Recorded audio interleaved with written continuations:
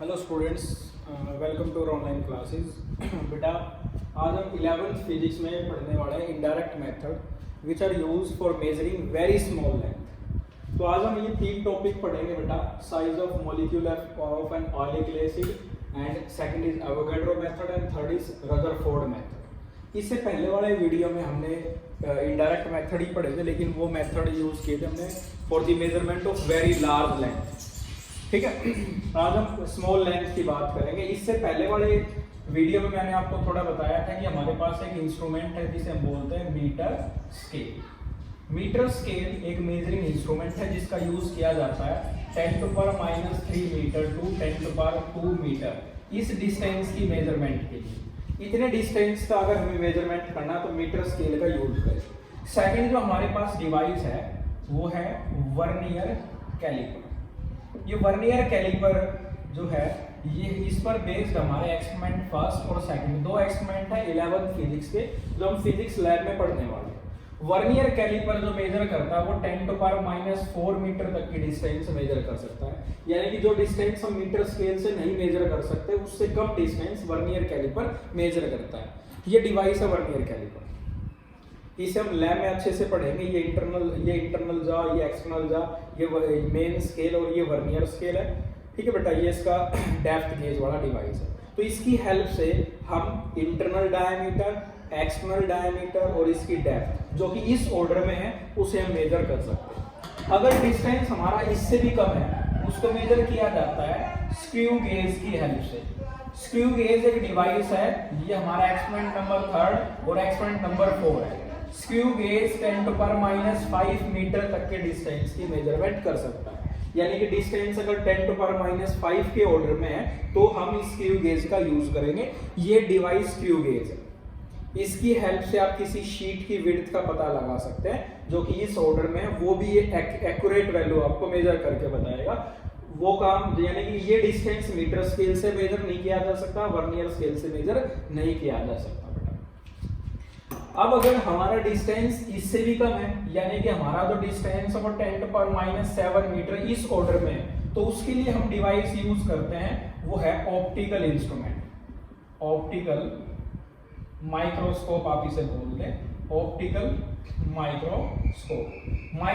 Optical microscope काम करता है विजिबल लाइट पर, और विजिबल लाइट की जो वेवलेंथ होती है वो 4 × 10⁻⁷ मीटर टू 8 × 10⁻⁷ मीटर इस ऑर्डर में है।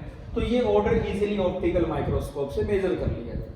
बट अगर डिस्टेंस और कम है, यानी कि 10⁻⁸ के ऑर्डर में है तो या इसी ऑर्डर में है, तो उसको मेजर किया जाता है इलेक्ट्रॉन माइक्रोस्कोप की हेल्प से।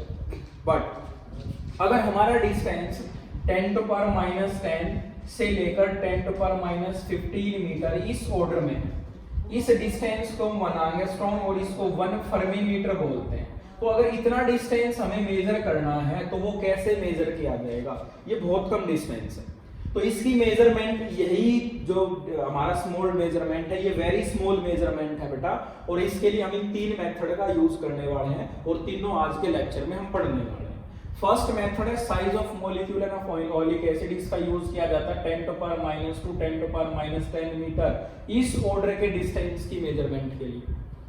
ठीक है बेटा, तो size of molecule of oleic acid ये हम पढ़ने वाले हैं, और ये मेथड क्या है वो आज के लेक्चर में हम स्टडी करेंगे बेटा।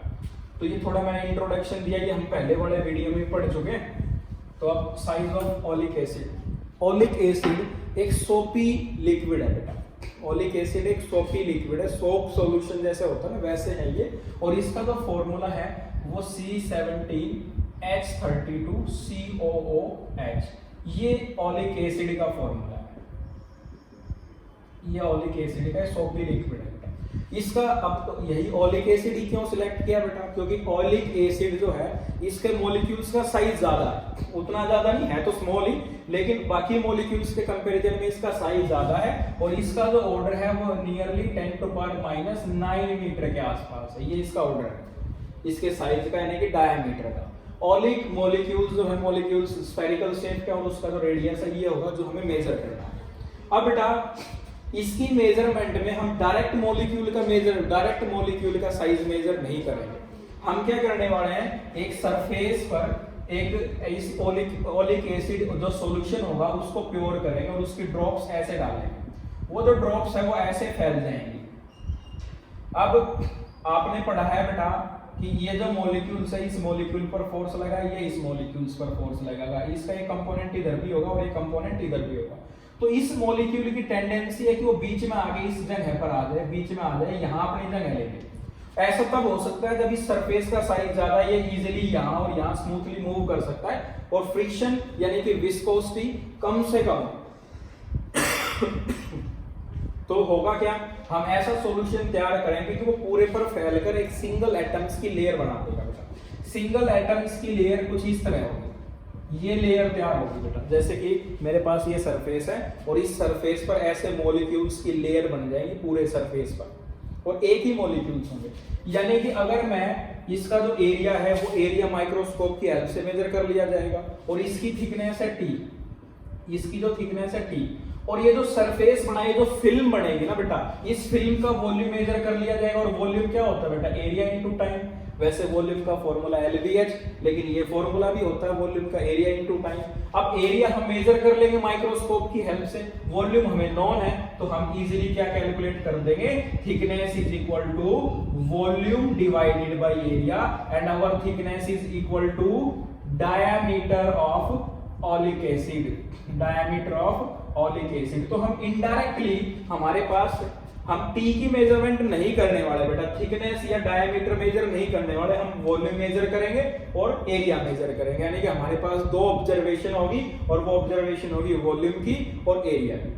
तो ये कैसे, इसको अंडरस्टैंड करने के लिए एक एग्जांपल लेते हैं। जैसे कि हमारे पास एक ये बुक है और हमें कहा गया है कि हमें इस एक पेज की विड्थ यानी कि इसकी थिकनेस मेजर करनी है। आप जानते हैं इसकी थिकनेस मेजर करना काफी डिफिकल्ट रहेगा एक पेज की।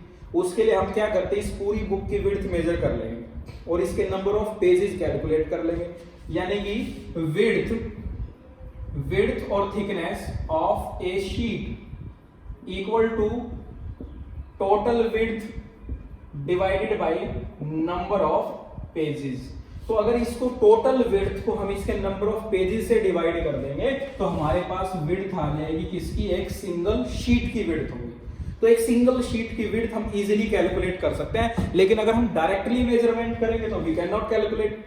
बट अगर टोटल की मेजरमेंट करके, यानी कि ये दो ऑब्जर्वेशन लेकर एक शीट की विड्थ मेजर कर ली गई, वैसे ही ये वॉल्यूम और एरिया की ऑब्जर्वेशन से हम थिक या डायमीटर पता लगाने वाले हैं ओलिक एसिड का। आई होप आपको पता लग ही गया होगा कि इस एक्सपेरिमेंट में हमें करना क्या है। हम एक सॉल्यूशन तैयार करेंगे ओलिक एसिड का एल्कोहल के साथ। एल्कोहल इसलिए है क्योंकि वो इवेपोरेट हो जाएगा बेटा, वोलेटाइल है वो, और हमारे पास सरफेस में सिर्फ क्या बचेगा, ओलिक एसिड। और ओलिक एसिड फैलकर एक फिल्म बनाएगा, और फिल्म का एरिया और ओलिक एसिड का वॉल्यूम हमें दोनों पता है, और थिकनेस इजीली कैलकुलेट कर लेंगे। बट हमें इमेजिन करना होगा कि जो ओलिक एसिड है वो ऐसे सरफेस पर फैला हुआ है कि सिंगल एटम्स की, सिंगल मॉलिक्यूल्स की लेयर है, ऐसे नहीं है इस फॉर्म में। तो हमारी जो थिकनेस होगी वो इक्वल टू क्या होगी बेटा, डायमीटर ऑफ ओलिक एसिड। तो इसके लिए जो जो फॉलोइंग स्टेप्स हैं वो हम पढ़ेंगे और फिर इसको कंप्लीट करते हैं बेटा। तो हमारे पास जो size of molecule of an oleic acid में जो फर्स्ट मेथड है, वो फर्स्ट मेथड है बेटा, सॉरी फर्स्ट स्टेप जो है यहां लिख देता हूं मैं, step first, take 1 cubic capacity of oleic acid and mix it with alcohol to prepare 25 cubic capacity of solution। First step क्या है बेटा, हमें 1 cubic capacity of oleic acid लेना और उसको मिक्स करना है एल्कोहल के साथ, और हमें जो सॉल्यूशन बनाना है वो 25 क्यूबिक कैपेसिटी का सॉल्यूशन होगा। अब इस 25 क्यूबिक कैपेसिटी के सॉल्यूशन में 1 क्यूबिक कैपेसिटी तो ओलिक एसिड है, और एल्कोहल और ओलिक एसिड के अलावा तीसरी कोई चीज नहीं है। तो 1 cubic capacity 1 cubic centimetre oleic acid है, तो रिमेनिंग 24 क्यूबिक कैपेसिटी होगा अल्कोहल। तो ऐसे हमने सॉल्यूशन तैयार कर लिया। ये स्टेप फर्स्ट है। अब step number second, step number 2 यहां लिखा। Step number 2, take 1 cubic centimetre of this solution.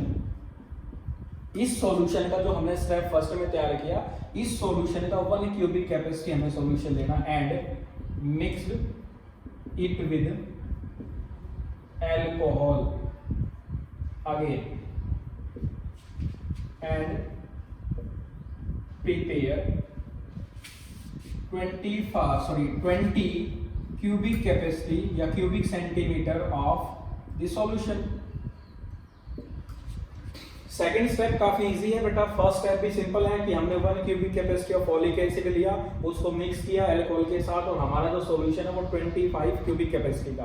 अब इस सॉल्यूशन का 1 क्यूबिक कैपेसिटी हमने लिया और उसको 20 क्यूबिक कैपेसिटी के क्यूबिक सेंटीमीटर के साथ मिक्स किया, 20 सीसी में मिक्स किया, ठीक है। और मिक्स करने से हुआ क्या, यानी कि 1 क्यूबिक कैपेसिटी पहले से कितना है, यानी कि अगर ये जो सॉल्यूशन है, स्टेप फर्स्ट में जो सॉल्यूशन तैयार हुआ, इसमें ओलिक एसिड कितना है बेटा, ओलिक एसिड है 1/25 क्यूबिक कैपेसिटी।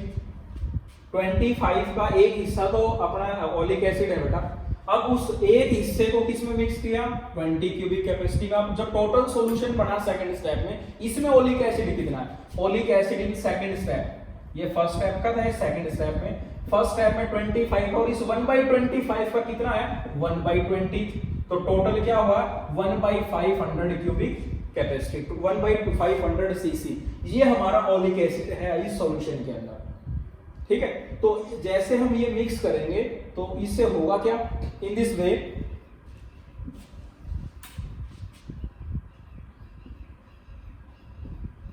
मैंने अभी आपको बताया सॉल्यूशन होगा 1/500 ओलिक एसिड का। In this way solution of oleic acid, in this way solution of oleic acid या oleic liquid in alcohol with concentration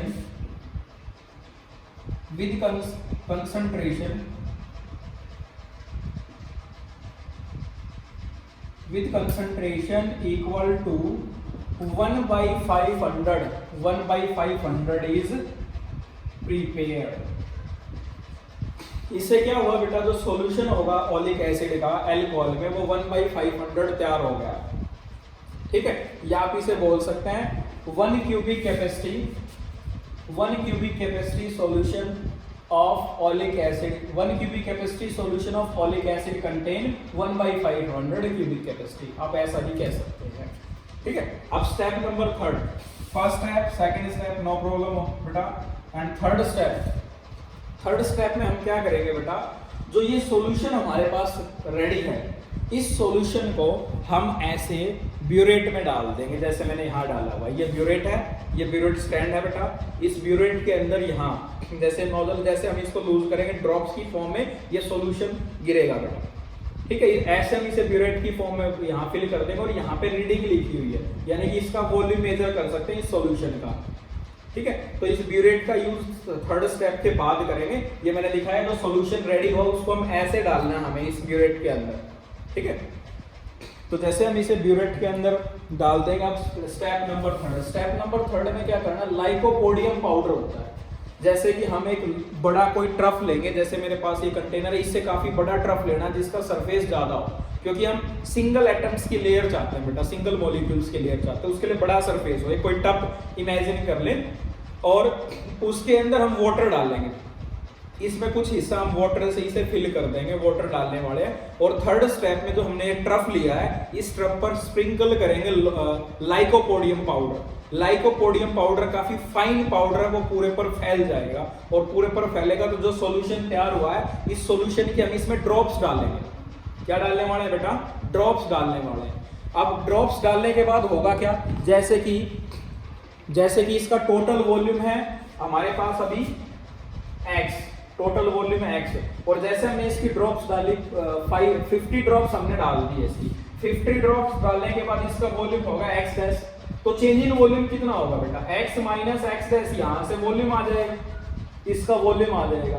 और जो हमने इसमें 50 ड्रॉप्स डाली है, हम क्या करेंगे, उन 50 ड्रॉप्स का वॉल्यूम निकाल लेंगे, यानी कि volume of 50 drops equal to calculate कर लिया जाएगा, कितना है बेटा, कितना वॉल्यूम होगा, 50 इंटू वी डिवाइडेड बाई 500। ऐसी कुछ मेजरमेंट करने वाले जो हम थर्ड स्टेप के बाद पढ़ेंगे। तो थर्ड स्टेप क्या है बेटा, हमारा जो थर्ड स्टेप है वो है sprinkle lycopodium powder on water surface. Lycopodium powder on water surface and pour. अब जैसे कि ड्रॉप्स डालेंगे बेटा 20, 50, 30, हम इमेजिन कर ले हमने n ड्रॉप्स पोर किए, and pour n drops of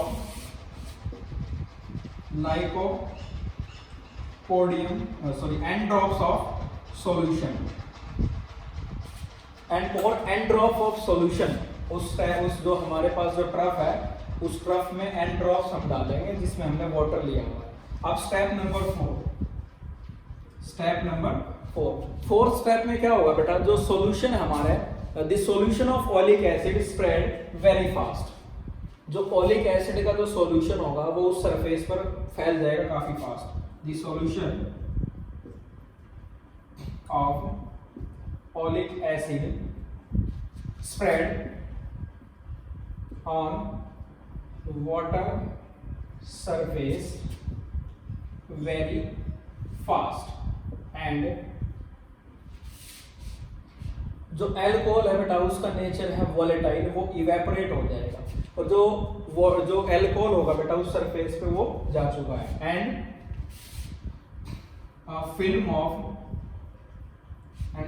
of T thickness and A area is prepared on the water surface. अब बेटा एक फिल्म होगी इस ओलिक लिक्विड की, वो जो तैयार हो चुकी है किस पर, वाटर सरफेस पर, जिसकी थिकनेस है T और जिसका एरिया है A। ठीक है। अब स्टेप नंबर 5, कैलकुलेट या measure the area A with the help of microscope की हेल्प से हम ये एरिया मेजर कर लेंगे बेटा। अब थोड़ी सी कैलकुलेशन क्या है, कैलकुलेशन है इन एन ड्रॉप्स, जो हमने एन ड्रॉप्स ली, in N drops of oleic acid, oleic acid equal to N drops. जो वॉल्यूम होगा बेटा वो होगा NV/500 क्यूबिक कैपेसिटी। ठीक है, एक ड्रॉप का जो वॉल्यूम है वो हमने इमेजिन किया V, तो n ड्रॉप्स का क्या हो जाएगा बेटा NV/500, क्योंकि सॉल्यूशन कितना है 1/500 सॉल्यूशन है, 1/500 क्यूबिक कैपेसिटी का सॉल्यूशन पहले ही 1/500 क्यूबिक कैपेसिटी का है, और उसमें एक ड्रॉप्स का जो वॉल्यूम हमने V लिया, और ड्रॉप कितनी है बेटा n, ये टोटल वॉल्यूम हो जाएगा n ड्रॉप्स का। ठीक है, और टोटल वॉल्यूम अपने पास है, और टोटल जो वॉल्यूम होगा we know V equal to area into time, और V कितना है बेटा n, V जो है बेटा NV ड्रॉप का वॉल्यूम है, इसी फॉर्मूले का यूज करेंगे तो NV/500 equal to A into T, and इस रिजल्ट से जो T होगा बेटा वो आ जाएगा T equal to NV divided by 500 into A। ये हमारा फॉर्मूला होगा। T थिकनेस मेजर कर ली जाएगी, नंबर ऑफ ड्रॉप्स हमें पता है बेटा, V जो है 1 ड्रॉप का वॉल्यूम है, और 500 अपना जो सॉल्यूशन तैयार हुआ था वो, और A जो है वो माइक्रोस्कोप की हेल्प से हमने मेजर कर लिया। अब मैं थोड़ा सा आपको इसकी हेल्प से बता देता हूँ। यहाँ हम रखेंगे एक ट्रफ, और इस ट्रफ में जैसे हम इसको ओपन करेंगे, जैसे आप इसे ओपन करेंगे, जैसे ये ड्रॉप्स की फॉर्म में ऐसे हम इसे रखेंगे, ऐसे काउंट कर लेंगे हम कितनी ड्रॉप्स हैं, 50 ड्रॉप्स हमें इसमें डालनी है और एक 50 ड्रॉप्स का वॉल्यूम हमारे पास यहाँ आ जाएगा। टोटल वॉल्यूम की जो यहाँ से 50 ड्रॉप्स के बाद जितना कम होगा वो कैलकुलेट कर लिया जाएगा। तो ये जो मेथड था, इस मेथड में हमने P को डायरेक्ट कैलकुलेट नहीं किया, हमारे पास वॉल्यूम की और एरिया की डायरेक्ट ऑब्जर्वेशन से हमने थिकनेस निकाली और जो ऑर्डर आएगा हमारा, जैसे हम ये वैल्यू पुट करेंगे वो नियरली होगा 10⁻⁹ मीटर। तो size of molecule of an oleic acid, ये जो मैंने 5 स्टेप में आपको बताया, आई होप आपको क्लियर हो गया होगा बेटा। अब हम सेकंड मेथड की तरफ चलेंगे बेटा, और सेकंड मेथड भी हमारा जो मेथड है इसका यूज किया जाता है वेरी स्मॉल लेंथ की मेजरमेंट में, बहुत कम लेंथ इसकी हेल्प से हम मेजर कर सकते हैं। तो ये मेथड है क्या और इस मेथड का हम यूज कैसे कर पाएंगे बेटा? तो उसके लिए पहले हमें पढ़ना पड़ेगा एवोगैड्रो हाइपोथेसिस। तो एवोगैड्रो हाइपोथेसिस क्या है, पहले इस बता दो बेटा। मैं इस मेथड का यूज किया जाता है नियरली 10⁻⁻10 मीटर, यानी कि size of an atom, atom के साइज को कैलकुलेट करने के लिए इसका यूज किया जाता है। तो क्या है एवोगैड्रो हाइपोथेसिस?